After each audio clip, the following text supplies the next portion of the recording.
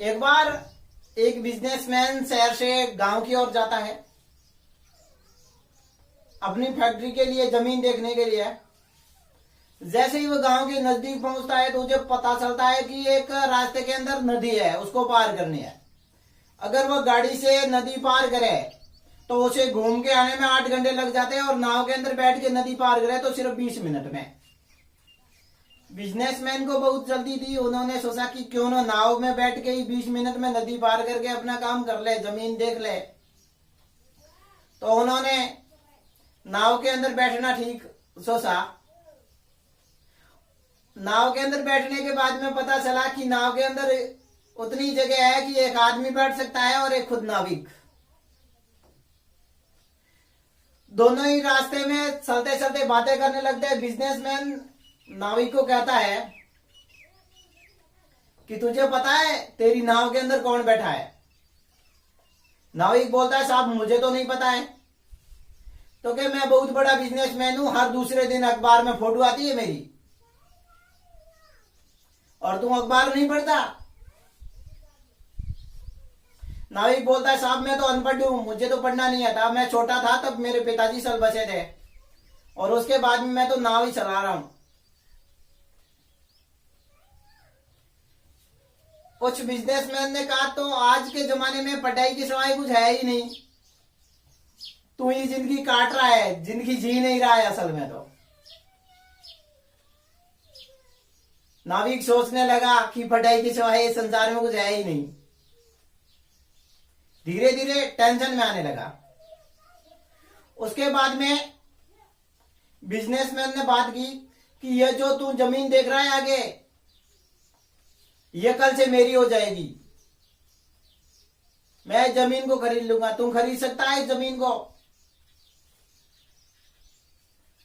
उस नाविक ने कहा नहीं सर, मेरे पास में इतने पैसे नहीं है कि मैं जमीन को खरीद।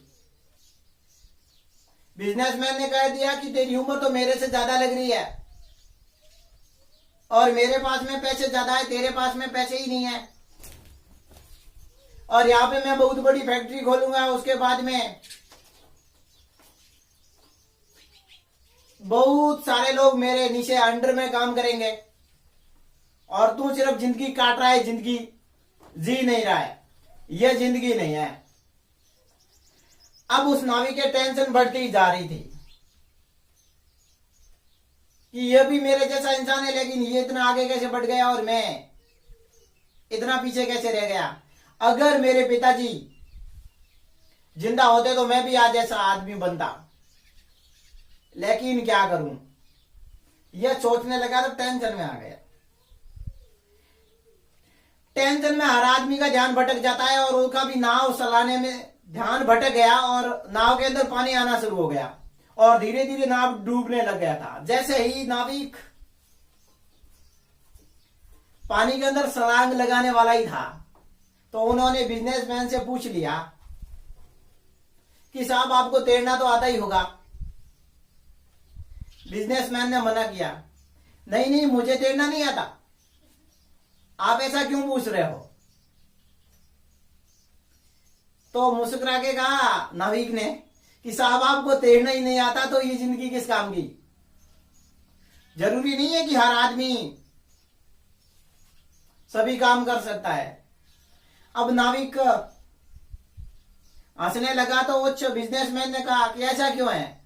उन्होंने कहा नाविक ने कि अब नाव डूबने वाला है साहब।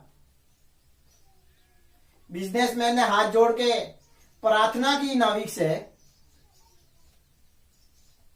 कि मुझे बचा लीजिए, जितना धन चाहिए, जितने पैसे चाहिए, जो भी चाहिए आप मैं आपको दूंगा। उस नाविक ने हंसते हुए कहा साहब मुझे कुछ नहीं चाहिए, मुझे तैरना नहीं आता है, डूबे हुए इंसानों को बचाना भी आता है। मैं तैर सकता हूं, आप मुझे कस के पकड़ लीजिए, मैं आपको पानी के उस ओर ले चलूंगा। तो भाई लोगों, किसी भी टाइम